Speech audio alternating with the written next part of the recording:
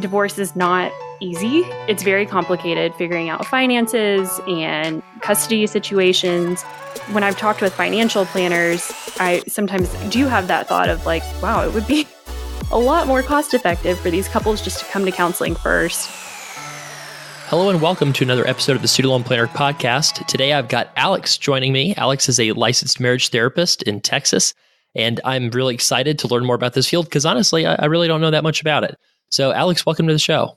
Hi, yes, thank you for having me. So my first question for you is, I'm assuming that you have to have some sort of graduate degree to do what you do, but I've got no idea what that career path looks like. So maybe you could give us a little bit of detail on how one becomes a licensed marriage therapist. Yeah, so it's a master's degree at minimum. So what I have is a Master of Arts in Counseling, and I got that at St. Edward's University here in Austin. That took me about 3 years to get. Okay, now is that a typical length of the program, 3 years? It's a little bit different for everybody, and it just depends, truthfully, on your finances. If you have someone that can kind of support you while you're going to school, then you can take maybe 4 classes a semester or potentially more. But for most people, they're working full time while they're getting their master's. And so it's about 3 years. That's interesting. So you can actually work full time after a bachelor's degree and make money while you're going to school? Yeah, I mean, it's pretty rough. I think everybody has a different way of doing it. I worked as a receptionist for 3 years, so I would go to work 6:45 to 3:45 every day, and then kind of sit in traffic, go to class from 6:30 to 9:30 p.m. Wow. And you had to do that for 3 years. I did, yeah. And so the last year, you do what's called a practicum, which is basically an internship. And what they don't really tell you is that it's really difficult to work full time at that point because you're seeing a lot of clients, and there just aren't enough hours in the day to go to class, have a part-time job basically as your internship, and then work full time. So at that point, I dropped down to part-time, but for the majority of it, I was working full time. So say that I want to be a therapist of some sort. What's a good bachelor's degree program for that? I had my bachelor's at UT in human development. Honestly, you could have a bachelor's degree in pretty much anything. Some of the therapists that I see actually doing pretty well have a bachelor's in marketing or a bachelor's in business, or you could do psychology. It really doesn't matter leading up to it. That's good. I mean, so these things are kind of flexible, right? Right. Yeah. I think a lot of my peers, it was kind of their second career. So yeah, it doesn't really matter for your bachelor's. That's cool. So you've got your bachelor's degree. You probably have the average, $30,000 of student loan debt. You probably didn't, but, say somebody, is your typical person in America trying to become an LMT. Is that the right abbreviation? It's actually LMFT. So just your traditional talk therapist is usually either LPC, LMFT, or LCSW. Tell me what those stand for. Okay, so it would be a licensed marriage family therapist. And until you get all of your clinical hours, you're technically licensed marriage family therapist associate. So you have an A at the end. For LPC, it's licensed professional counselor. And until they get all of their clinical hours, they have the initial I, so intern. And then I think for social workers, it's LMSW, licensed masters in social work. And then once they get all of their hours, it's LCSW. That makes sense. I've had a lot of people email us with MSW behind their name. So I've at least kind of recognized that abbreviation. They are the ones I'm not as familiar with. What is the breakdown of what those different credentials do? So like what kind of work would you see, an LMFT doing versus one of the professional counselors versus a master's of social work? So social work, I'm not as familiar with just because it wasn't LPC and LMFT. It's basically a difference of a few courses. It was the same program, took a lot of the same classes, and it was pretty much the difference of taking one class in couples counseling versus, maybe one class in learning kind of the DSM. For social work, I'm not as sure, but once you graduate, everyone can see couples, but technically LMFTs would have the most experience, which is what I am, have the most experience working with couples because we have such a high requirement of how many couples hours that we have to get to be licensed. How many hours is that? So I think it's 1,500 direct hours total. And of those 1,500, 750 of those have to be with couples or with families. Okay. And that's when you meet those hours requirements. That's when you can take off the intern or the associate at the end of your title, right? Yes. And it's different for each licensure. I think for social workers, they have, and I feel really bad if I'm messing this up for social workers. I'm sorry. I think they have just to be full-time employed for 2 years, and then they take their exam and they're done. For LPCs, it's just a total of 1,500 hours, I think. So it can be with couples, it can be with individuals, it doesn't really matter. So for LMFTs, a lot of us, it takes longer to get our licensure because it's just harder to get all of your couples hours. Now, I don't know if this would be true. Maybe this is probably state by state, but is there anything from preventing someone who, let's say that, she's like an elder at her church or something, and she decides, hey, I'm great at talking to, married couples about their problems. I'm going to start my own business. Is there licensure things that prohibit that person from doing something like that? Yes. So to be a therapist, you would have to have your master's degree, get all of your hours, be licensed. But technically, anyone could be, oh gosh, and now I'm going to feel bad saying this, but I think anyone could be a life coach or a pastor or see couples if they wanted to, but they couldn't advertise themselves as a licensed marriage and family therapist. Yeah, that makes sense. Well, yeah, I mean, you'd obviously would have like religious leaders that would be giving a lot of this advice, either paid or unpaid, right? As part of their duties. Yeah. And I think it's funny you say that because we do get a lot of the requests from couples I get are, wanting to vet and make sure that I'm not approaching it from a spiritual perspective and wanting to make sure that I'm, have a background in education and experience versus like what just my beliefs are. Sure. I wonder, is that like a big differentiator between different people in the profession? Like, do some people kind of hold themselves out as saying, hey, we're, specialize in couples who are, evangelical Christians or Catholics or Jews or, Muslims or something like that? Is that a common thing? I don't see a lot of it here in Austin. I think maybe because we're a little more liberal. I think most of us kind of lead with just our trainings and our clinical background and try to stay out of the kind of spiritual realm. That makes sense. So what kind of expenses can you expect for a master's program, to become a licensed marriage family therapist? What kind of, tuition? And I assume that, you working while you were in that program reduced the amount of debt that you ended up having. I wish it did. No, I worked full time, but that was pretty much just supporting myself, paying for rent and food and that kind of stuff. And it's partly because St. Ed's is maybe a private university, but I still ended up with, right now I have $109,000 in debt, well, plus one private loan of $6,000. So, about $115,000. Yeah. And I'm going to guess everything, but that one private loan is a Stafford loan. Is that right? Yes. And I even actually did pay some towards tuition on my own, maybe the first and second year. And by the end, I just, couldn't afford to, but I was just taking out what I needed to for tuition. That makes sense. What was tuition at your program? Well, it had to have been maybe $20,000 a semester. And I think it went up every semester, which I also wish I would have known because, then by the time, like if I waited to take a class until the next semester, then it was that much more expensive to take it the next semester. But I think it would have been 20 to maybe 22,000.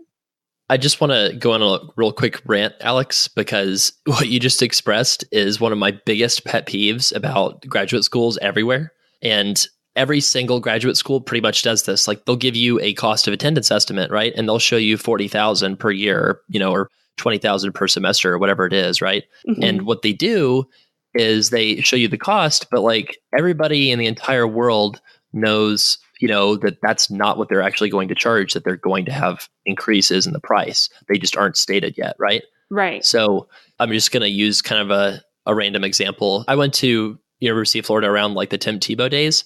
So, we used to joke like everybody in the whole stadium knew that he was going to run it on like third down, because Mhm.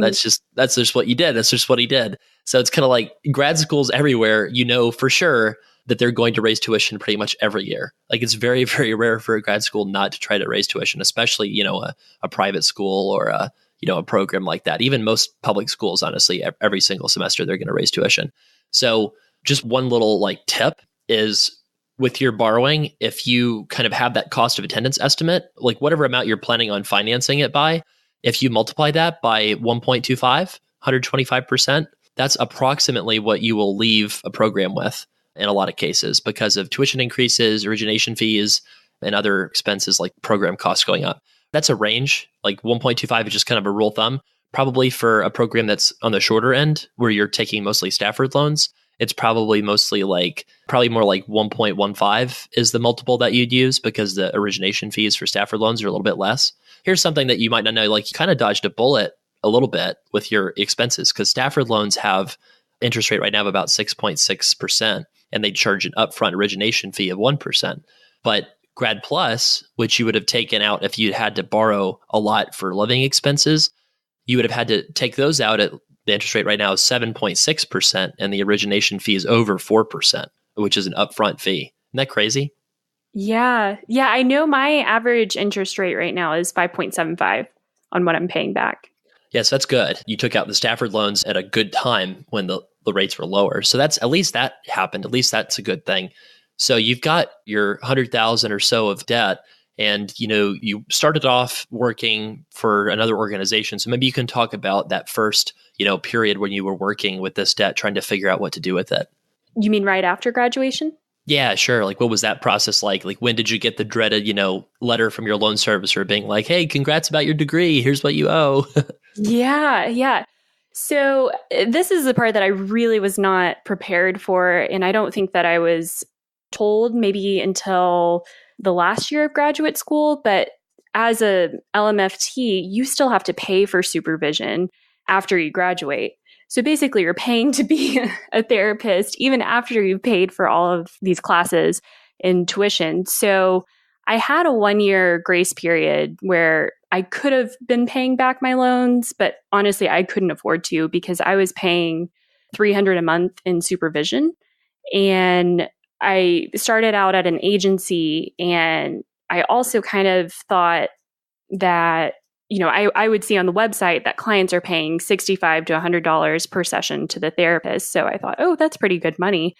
But I was not aware that the agency keeps a very good portion of that money. So, I just really wasn't making enough to pay off any loans in the first year. Yeah, that's intense. So, like, approximately what percentage is typical for an agency to take of your fees? It varies. I think it's around maybe 50 to 70% of that fee they'll keep. Oh, Yeah, wow. And so that's like after you're paying, does that include your supervision fee or no? it does not. So, Whoa. yeah, so that was kind of the double whammy of, okay, no, that's actually not your money, and you're going to need to go get a supervisor. And the agency that I'm at, they just pay you a flat fee of, I think I started at $30 per session. That makes sense. Did you ever consider working for a not-for-profit organization? Is that even a career field or a path that's open to people that are LMFT? Yeah, I did. And actually, most of them are looking for licensed LMSWs. Most of them were looking for social workers. So I applied to a good amount of jobs at like Austin State Hospital or some of the other places like that, but I actually just didn't even hear back. That's interesting. Now, tell me if this is like totally wrong or not, because you're the expert. I'm not.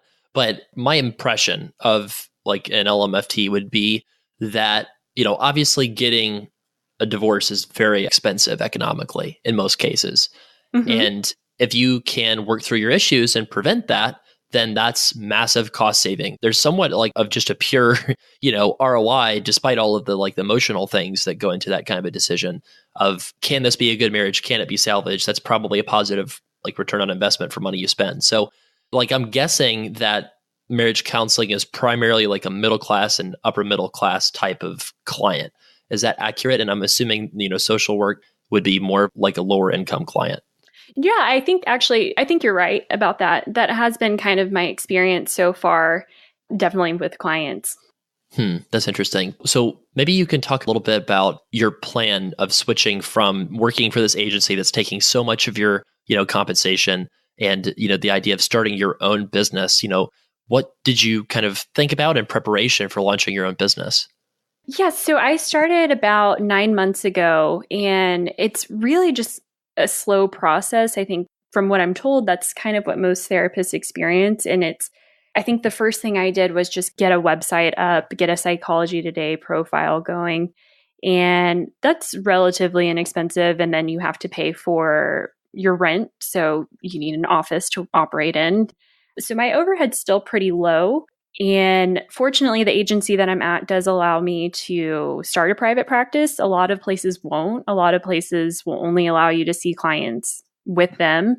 So some therapists just kind of have to take the leap and, leave where they're working and try to start from scratch. But I'm fortunately able to start building. So I'm about half and half right now, half in private practice and half at an agency. That's cool. Now, what does the economics look like for doing a private practice? Do you rent a space for a particular portion of the day? Do you have to pay like a monthly rent? Like, what does the overhead look like for running a private practice as a therapist? It varies for everyone. It's, maybe in Austin because I don't know, maybe because it's so populated, but there are just a lot of different arrangements. I've seen places that have kind of co-working spaces that rent by the hour, or you can own your own office and just pay it like you would an apartment, or you can also sublease, which is what I'm doing. So as a subleaser, I'm paying, I think, 300 per month right now in rent, and that's the bulk of my overhead, really. If you include supervision, that would be another 300. So my overhead is about 600. That's not bad at all, actually.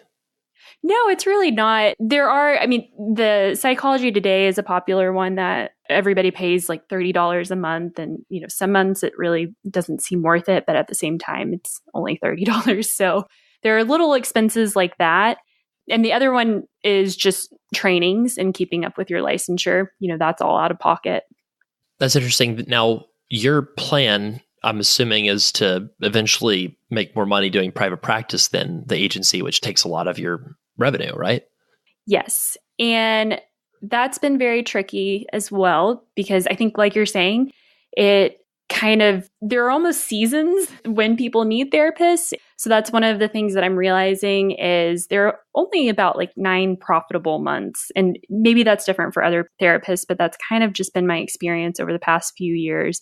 Is it's almost like a teacher where they have the summers off and like a winter break. That's kind of what we experience, except, obviously we don't have a salary. So you just kind of have to have your expenses high enough that you're accounting for those months when people aren't going to be coming in. Ooh, talk about that. So are you saying that people do not have marital discord in the summer months?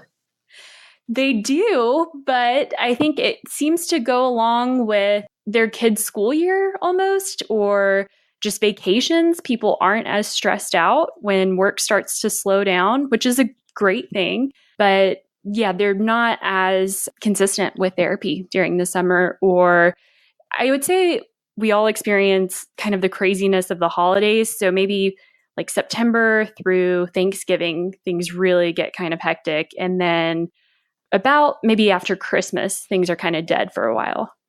So any of the fights that people were going to have were over the holidays, and once the holidays are done, they're through. Yes. Yeah. People kind of experience this freak out moment of, oh my gosh, I have to go spend the holidays with your family and you're going to be with mine. And this is awful. And then they just kind of get through it and they're like, oh, never mind. We're okay. And we're going to take a break. That's really funny.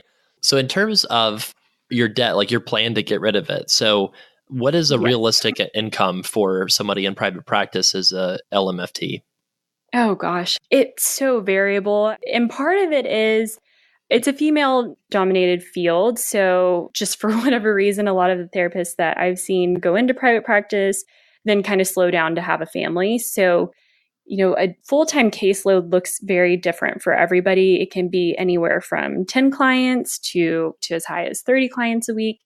But I don't know. It's really different for everybody.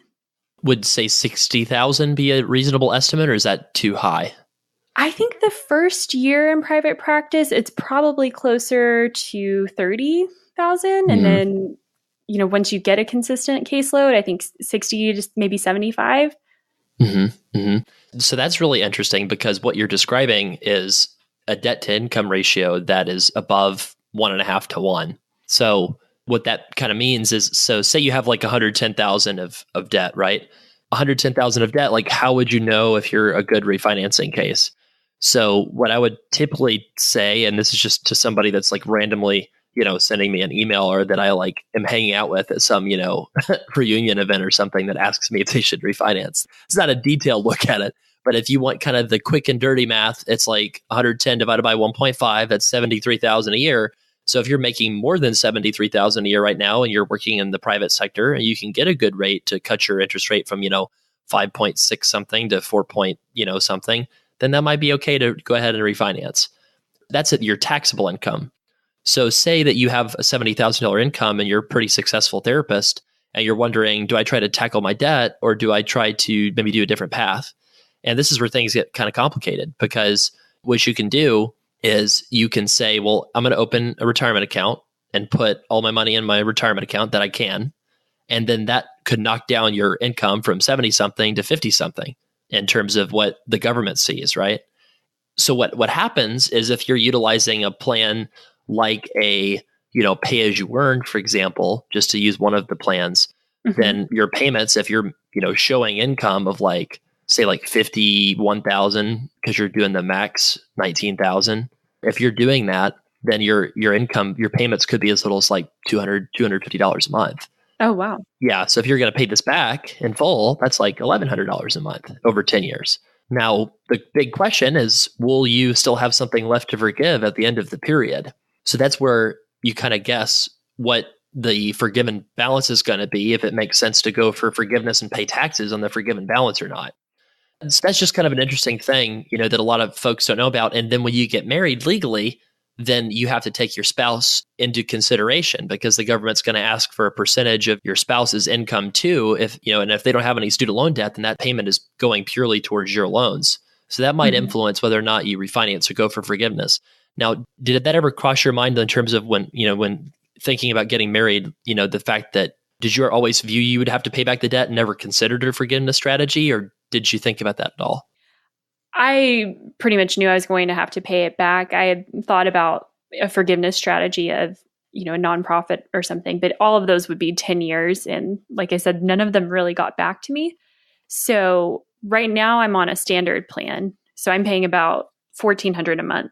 So that's actually a common misconception. So you said that you knew you wouldn't be able to do forgiveness. So private practice LMFTs can actually qualify for forgiveness in private practice. Oh. Yeah, but it's not the 10-year version that everybody knows about. The 10-year version that everybody knows about is public service loan forgiveness. So that's the program that you have to work full-time. You have to work at least 30 hours a week, or your employer's definition of full-time, whichever is greater. And then you have to do that for 10 years cumulatively. You can take breaks, but cumulatively you have to hit 10 years of service, and then the balance is forgiven tax-free. The alternative to that, that's open to everybody, no matter if you're a part-time dog walker or you're a CEO of a company or anything in between, the thing that's open to everyone is something called IDR loan forgiveness. So IDR loan forgiveness is a kind of forgiveness where you pay on one of these income-based plans for 20 to 25 years. And then at the end of those 20 to 25 years, you have to pay income taxes on the debt that is forgiven, which is the entire amount that you have left at that time.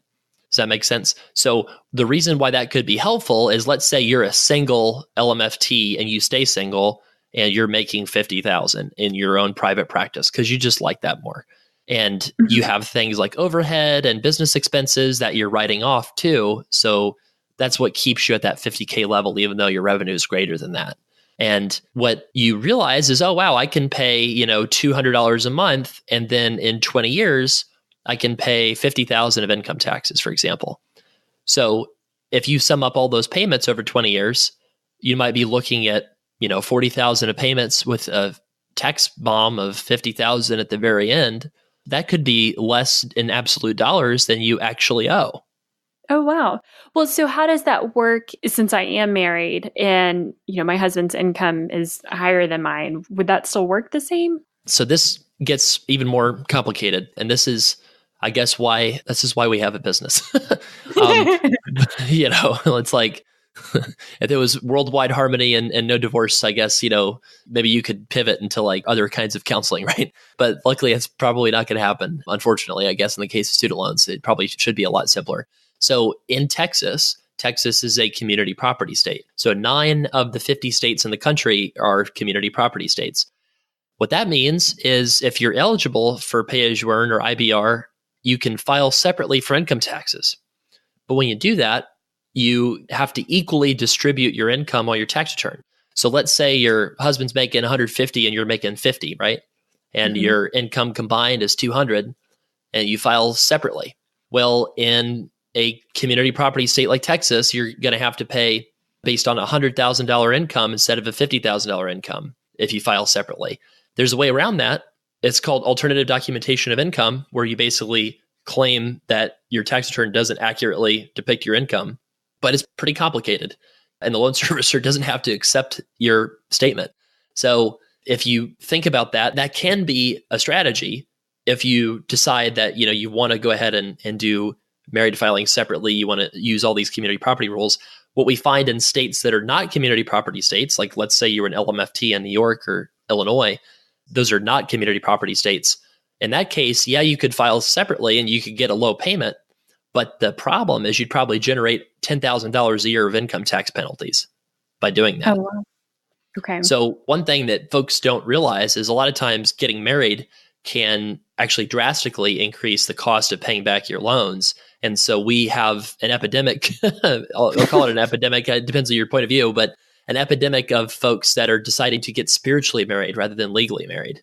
Oh, wow. I've not heard of this.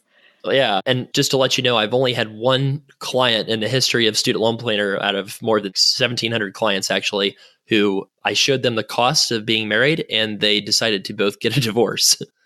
Oh, wow. And I tried to talk them out of it because I was just like, I want to triple check this math if you're going to go down to a divorce attorney and get a divorce. But they weren't actually getting a divorce for because they didn't like each other anymore. They were getting a divorce because rationally, they were going to pay $20,000 more a year being married than if they were single. Oh, wow. How sad. Yeah, I know, right? It's kind of ridiculous that that's even an issue, that would impact your payments, as a married couple. It feels like they really should just not even consider your spouse in this, but they do. So what we find for people who are not yet married, where, they don't have a lot of things to actively do and untangle, is you're allowed to have a ceremony, whether that's a non-religious or religious ceremony, and be married publicly without submitting a license and saying you're married, right? So there might be some exceptions to this, like if there's some states that, require you to be married, if, common law marriage, if you've lived together for a certain number of years, right? Like, I don't know. I mean, I'm not an expert on every single state's law code, and I'm not even an attorney, right? But I know that that's not committing fraud to be like, yeah, we're married, and then you don't have the certificate turned in. Like, I don't think there's anything wrong with that. In that case, you'd be filing, just as single individuals to the IRS. So if you did that, you could go to an attorney, have them draft up power of attorney, medical power of attorney, all these different things, guardianship, things like that for kids, if kids are in the picture. And that's one way to avoid having these massive payments or massive tax penalties if it's very, very obvious that you need to go for a forgiveness strategy. And so when you have $100,000 of debt and you're on a standard 10-year plan, that's not that big of an issue, because the standard 10-year plan, I mean, the payment's not great, but it's not the worst in the world. If you had, let's say you took out debt for all of those years and you included the debt that you needed to borrow for, living expenses because you didn't work, right? If you did that, and let's say you had 200,000 of debt instead, and let's say your private practice was, on the bottom half of successful practices on the income spectrum, so you're making, 30 to 50,000 after expenses, which is a good income. And if you're passionate about what you do, that's a good income. That's a very legitimate thing to do, right? But to get married to a lot higher income earner, that would totally throw off your strategy, because it could create a situation where you have to pay back all your loans when you could have just gone for forgiveness and had them really not be that big of a burden. Oh, wow. Yeah. So it's kind of like, usually when we go through this with people, like in a lot of detail, on like people book us at studentloanplanner.com/help, right? And we're going through all these details, like you're kind of blown away. It's like drinking from a fire hose, because we just have a lot of things that folks have just not thought about before because of the different loopholes that exist in these loan programs. Well, that's just interesting that you're talking to a marriage therapist. And now I'm thinking, oh, well, maybe we shouldn't have legally gotten married. Yeah, I don't know. Like, but would that have caused problems for you professionally, right? Like, it's like going to a vegan butcher. Oh, true. Yeah. Yeah. And I guess my question then is, if you're going through all of that to file separately, how long do you have to stay that way? Does that mean for 20 to 25 years, or are you saying for 10 years? Oh, no, if you're going to go for the IDR forgiveness, that's 20 to 25 years. That's a long time, right? And if you're going to do that, golly, there better be some really good savings. If you're going to go through all that pain and all that suffering and all this stuff to do that, then you really want the savings to be tremendous. And this is for any loan forgiveness program. Like when I was looking at loan forgiveness for my wife and I as to whether or not we thought she should go for loan forgiveness, I wasn't nearly as sophisticated with it as I am now, but I ran some models and found, this is 3 years ago or so, 3 or 4 years ago, and I found that, she at best could get maybe 20,000 forgiven. And we thought about it and we're like, restrictions on our life, all this paperwork, all this mess for a projected $20,000 benefit. I think I'd rather just go ahead and we could just work together and just pay it off and be done. Mm-hmm. And so that's what we ended up doing. But if that had been a lot more debt and the savings could have been, in the six figures, I think we would have had to consider it. Like you kind of take the hours that you spend figuring this stuff out and you look at the potential cost value that you could benefit from in doing that, and then figure out what your hourly rate is. It might be like a $500 an hour kind of rate or $1,000 an hour rate for every, hour you spend on navigating these kind of strategies that take a little bit of extra time. Mm-hmm. Well, yeah, that's very true. And the other thing is just how frustrating it is to try to call and have these conversations with any of your loan officers. You're on hold for 30 minutes and it's just really kind of maddening. I think that's how we landed on, let's just pay as much as we can and be done with it. Yeah. Can I tell you how that happened? Like why that incentive structure is the way it is? Yes. So the bidding process for these student loan servicing contracts are very focused on what is the cost per borrower. So Congress cares the most about cost per borrower for these contracts. So that's why you see firms like, Navient and others that don't have great customer service reputations, Great FedLoan, Nelnet, Great Lakes. I mean, to be honest, none of them have great customer service scores.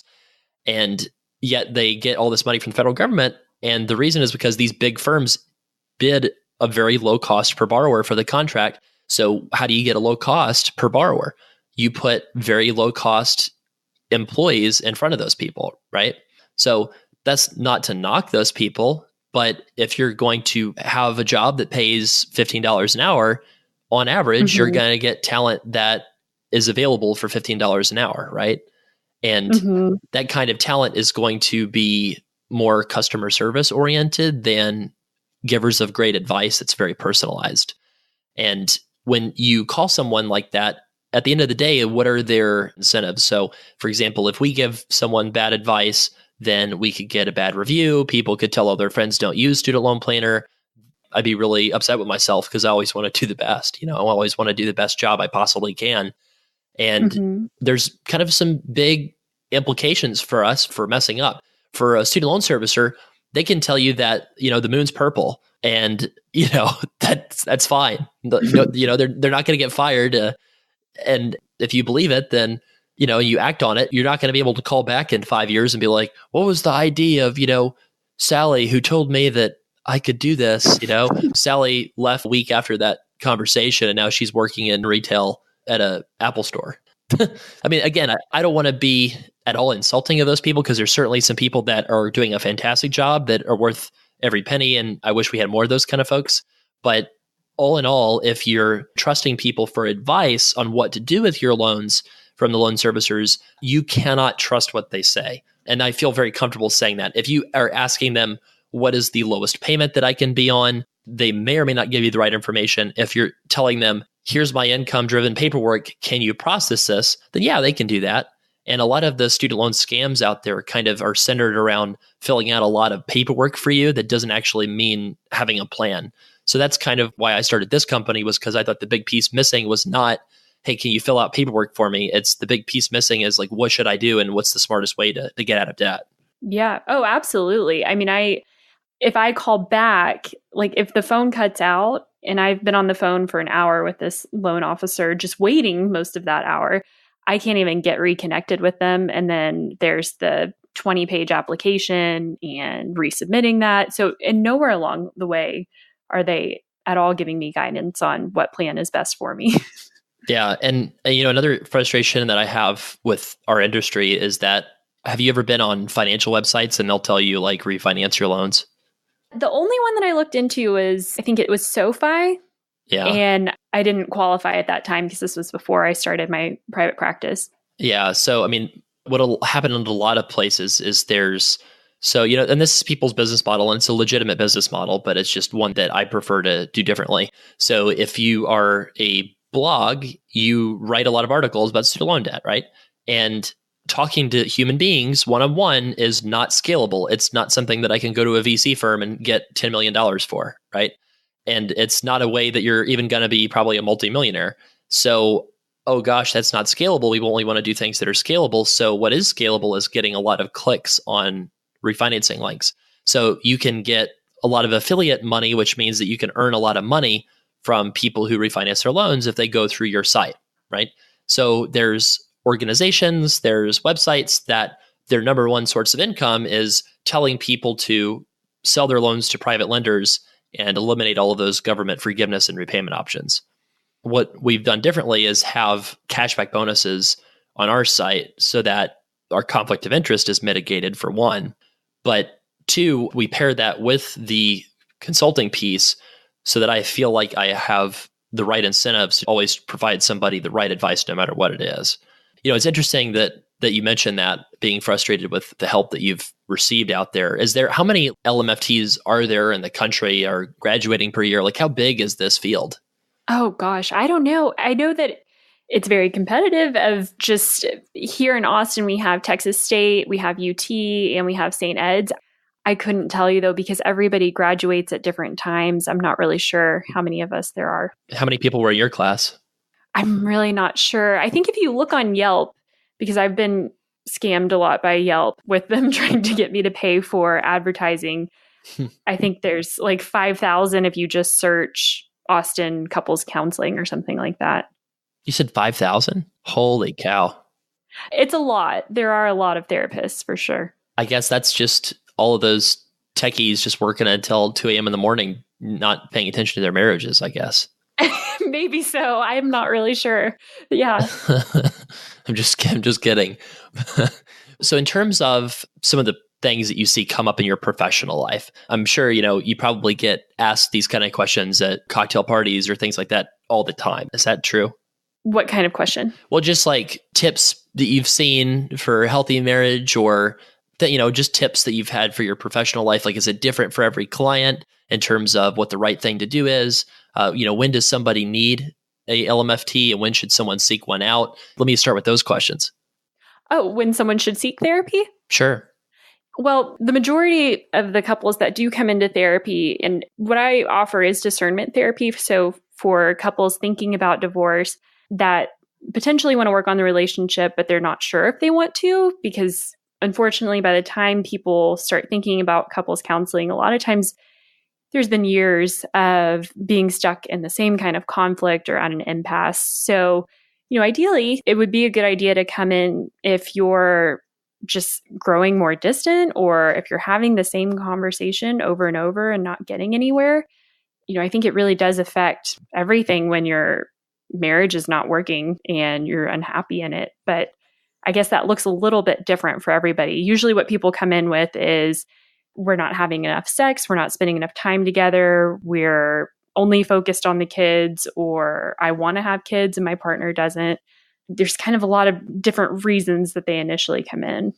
Maybe I can ask another question, say, are there different reasons with men and women that ask for therapy? And, are there differences in what you see on average with genders? Like, who is the person who typically, initiates the request for therapy, and what kind of pain points are you seeing?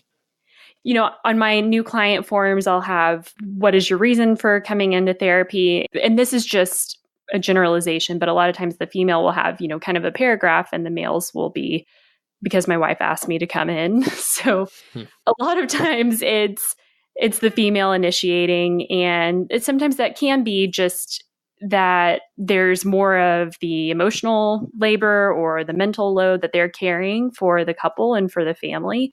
And it's maybe a little bit easier for the male to not be as engaged or to not struggle with it as much. Sure. Do you have same-sex couples as well, or do people tend to specialize, or do they do kind of any type of relationship? Yeah, I have some same-sex couples, and yes, there are people that specialize in it. So yeah, I mean, it really, gender not being binary is a pretty big thing here in Austin. And there are also people that are in poly relationships and open relationships, but just the majority of what I work with tends to be heterosexual couples, but I do also see same-sex couples. So what would you say in your discernment therapy, like do those people meet with you a lot? Like, marriage always has conflict, or at least a lot of marriages do. So do they maybe stick with you after that discernment of, hey, we do want to stay together, but we want to keep working on things? Or how does that look?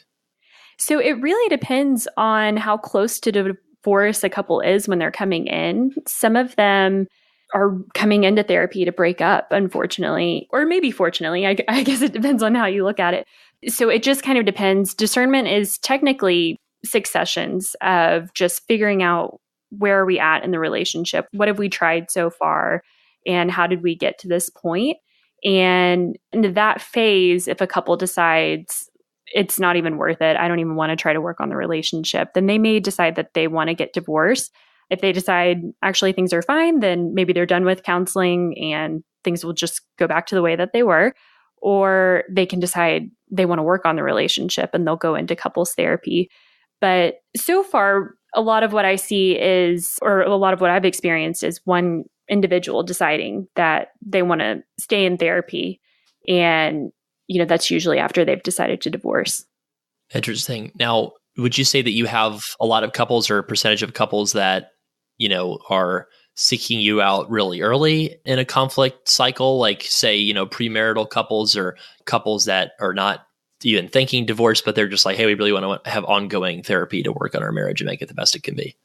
There are some of those, and there are a lot of premarital workshops and that kind of thing here in Austin. I don't tend to get as many of those. I think what I see are couples that maybe are already living together, or they've been together 4 to 5 years, and they're deciding it's kind of make or break, like either we're going to get married or we're going to break up. So that kind of work is actually pretty similar to, thinking about divorce. But there are couples that will come in just wanting to prepare for their relationship and their lives together. And for those, I can usually offer just more of the kind of like educational pieces of relationship work and talking about values and assessment kind of things. Yeah. And I think that, just from looking at like Bezos's divorce, like, I have to admit, like, kind of sadly, like, I've been like really interested in that, just because of the dynamics of the business of aspects of things and how much that could potentially cost, right? And so you think about how divorce can cost so much money. It's such a fantastic investment to invest in counseling, a professional counselor like yourself. Like, more people should do that. My wife and I, we go to like regular counseling just because we find it so helpful, just every once a month, like, we just go and we like get to talk to somebody about like, me like messing up with the dishes and forgetting to like put things away, and, conversations about, having kids, and just all these like things that are tough to talk about sometimes. It's just so, I don't know. I just find it really useful. Can you give some suggestions to people that are like, hey, I'd love to go to therapy, but like, society makes me feel like if I'm doing that, like, I'm a failure, or like I'm imminently going to get divorced, or it's like some dirty secret? Yeah, absolutely. For one, I completely agree with you. I think it's really helpful for any couple, and divorce is not easy. It's very complicated figuring out finances and, custody situations. When I've talked with financial planners, I sometimes do have that thought of like, wow, it would be a lot more cost effective for these couples just to come to counseling first. But if anybody is considering counseling and they're thinking, maybe that it's a bad sign or there's a stigma against it, I would say you really do get to choose what you get out of it. So if you're wanting to get divorced, that can be the outcome, but that's not anything that the therapist is going to push on you. And, the major thing is just wanting to feel safe in your relationship. The more that you're able to connect with your partner, the easier everything else gets in your relationship. And relationships really don't have to be as hard as they are when we're not getting any kind of help when we need it. Do you have some just generics, because obviously I know you can't share specifics, but any sort of general success stories that you've had and you've seen from clients that relationships, got way better or that they had like the, correct decision to separate? Yeah, I think that's one that I kind of struggle with, is that sometimes success in therapy does mean breaking up, or it does mean leaving a relationship. And I see individuals too. So I guess without giving a specific example, I do see a lot of individuals that they just know that they've kind of lost touch with who they are, or they've accommodated too much. And if the other person's willing to work on the relationship, then that's one thing. But when one person's really not giving anything back, it can be really powerful for somebody to be able to walk away and rebuild their identity and reconnect with themselves and other relationships that they've lost sight of because they've just been putting too much into this one relationship where the other person really doesn't give anything back or care about them. Yeah. So I think the one thing that I hope that if therapists are listening to this, that they can take away from is you have the option to go for forgiveness and not have to do public service. And so you can start your private practice and have your payment be proportional to your income. So maybe you can tell me if this is some of your friends, Alex, but if say you have a friend who's single, just started her private practice, and she does plan to pay off her debt eventually. Let's say she only has $50,000 of debt. So did you know that you can sign up for the revised pay-as-you-earn plan, call your servicer and update your income to the truthful $0 a month that it is because you're starting a business? Your payment goes to $0 a month, but instead of the interest compounding, your interest, while it's at $0 a month, is cut in half. Yeah, no, I did not know that I could do that. Yeah. So this is if you're single, because if you're married, you have to count your spouse's income if they don't have debt to do this strategy. So for this revised pay-as-you-earn program, you pay your payment, and if you still have interest that's growing, then the government covers half of that interest that's left over that's growing. So if your payment is $0 because your income is $0, then your interest that's subsidized is half of all of your interest. Oh, wow. And furthermore, that interest grows at an additive rate rather than an exponential rate because of extra subsidies on these loan programs that exist on top of that. So a lot of people, if they are struggling financially, they're like, and you're there in your shoes making a standard type of payment plan, and they're like, oh my gosh, I can't pay this anymore, right? Or let's say you have a divorce, and the person's like, wow, I can't afford to make this payment on my own and cover all my bills. So they go into forbearance, and their interest is compounding. Instead, if their eventual goal is to pay off the debt, then that revised pay-as-you-earn program can be better than the best refinancing deal. And that's something that a lot of people don't know. And like I said, with that pay-as-you-earn plan, that's one of the plans that you can use for forgiveness in the private sector.